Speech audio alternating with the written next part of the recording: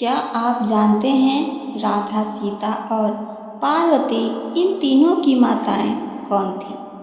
पितरों की 3 मानसी कन्याओं की कथा आइए सुनते हैं। जगदम्बिका माँ पार्वती, सीता माता और राधा रानी जी का आपस में संबंध है। जी हाँ, शायद आपने भी पितरों की मानसी पुत्रियों के बारे में सुना या पढ़ा होगा। चलिए आज हम आपको श्री शिव महापुराण में से एक ऐसी ही कथा के बारे में बताते हैं जो जुड़ी है पितरों की मानसी कन्याओं के साथ। इस कथा में उन्हें मिला श्राप ही उनके लिए वरदान बन गया था।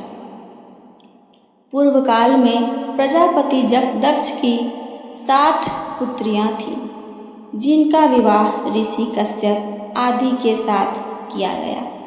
इनमें से स्वाधा नामक पुत्री का विवाह दक्ष ने पितरों के साथ किया।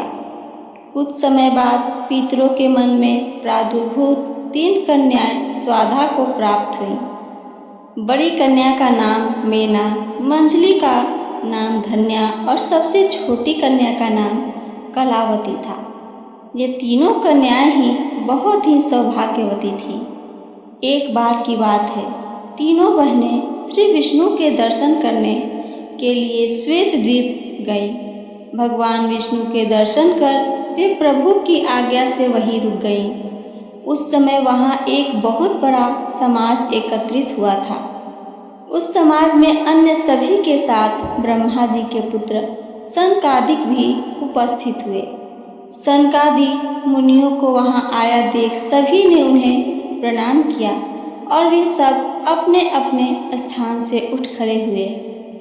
लेकिन महादेव की माया से सम्मोहित होकर तीनों बहनें वहां अपने अपने स्थान पर बैठी रहीं और विस्मित होकर उन मुनियों को देखती रहीं।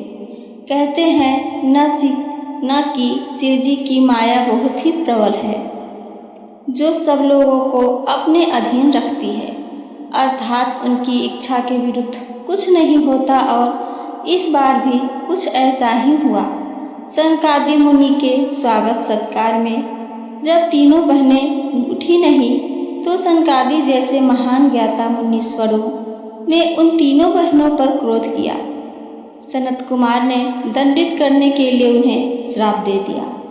सनत कुमार ने कहा, तुम 3 बहनें पितरों की कन्या हो, तब भी तुम मूर्ख, सद्ज्ञान से रहित और वेद तत्व के ज्ञान से खाली हो।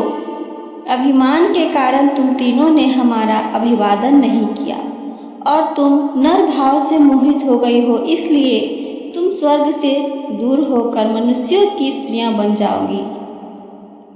जब शिव जी की माया तीनों बहनों से हुई दूर, तब तीनों ने सनकादि के चरण पकड़ लिए और उनसे कहा कि मूर्ख होने के कारण हमने आपका आदर सत्कार नहीं किया। अपने किए का फल हमें स्वीकार है। हम अपनी गलती की क्षमा मांगते हैं और हे महामुने, हम पर दया कीजिए। आप हमें पुनः स्वर्गलोक की प्राप्ति हो सके उसका उपाय बताइए। साध्वी कन्याओं से प्रसन्न होकर सनत कुमार बोले कि सबसे बड़ी पुत्री विष्णु जी के अंशभूत हिमालय पर्वत की पत्नी होगी, जिसकी पुत्री स्वयं माँ जगदम्बिका पार्वती होंगी। धन्या नामक कन्या का विवाह राजा शीरध्वज जनक से होगा, जिनकी पुत्री स्वयं श्री लक्ष्मी होंगी और उनका नाम सीता होगा। इसी प्रकार से तीसरी और सबसे छोटी कन्या कलावती का विवाह वृषभानु से होगा, जिनकी पुत्री के रूप में द्वापर के अंत में श्री राधा रानी जी प्रकट होंगी।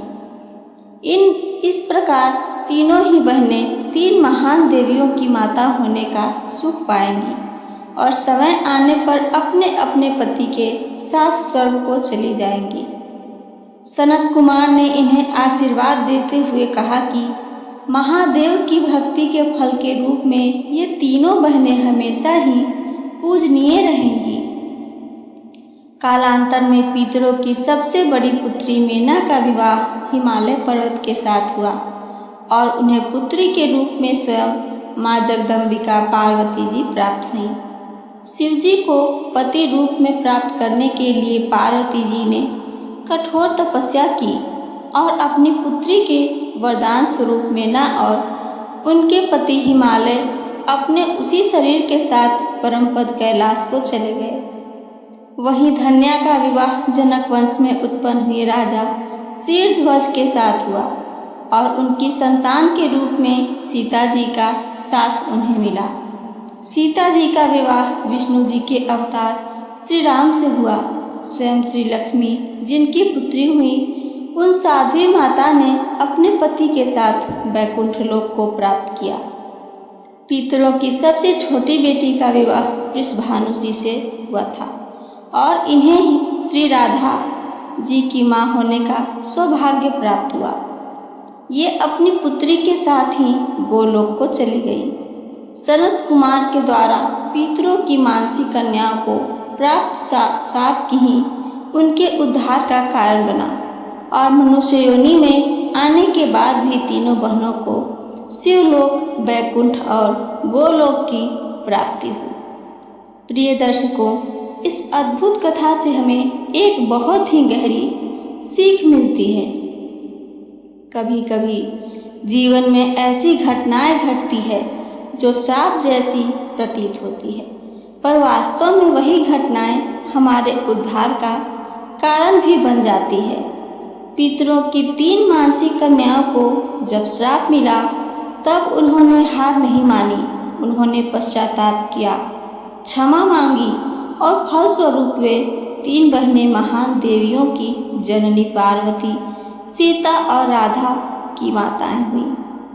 इससे हमें यही संदेश मिलता है कि यदि हृदय में भक्ति हो, विनम्रता हो और भगवान पर अटूट विश्वास हो तो श्राप भी वरदान बन जाता है। और यही है सनातन धर्म की गहराई, जहाँ हर संकट, हर पीड़ा अंत में हमें ईश्वर के ओर निकट ले जाती है। इस दिव्य कथा से मिली सीख को जीवन में अपनाएं।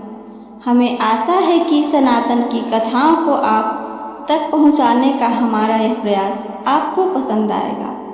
इस प्रकार की और अधिक कथाओं को सुनने के लिए मेरे चैनल डिवोशनल नॉलेज को सब्सक्राइब करें, वीडियो को लाइक करना ना भूलें, साथ साथ अपना एक प्यारा सा कमेंट करके हमें ज़रूर बताइए मेरी कहानी कैसी लगती है आप सबको। सुनने के लिए धन्यवाद दोस्तों। जय श्री कृष्णा। राधे राधे।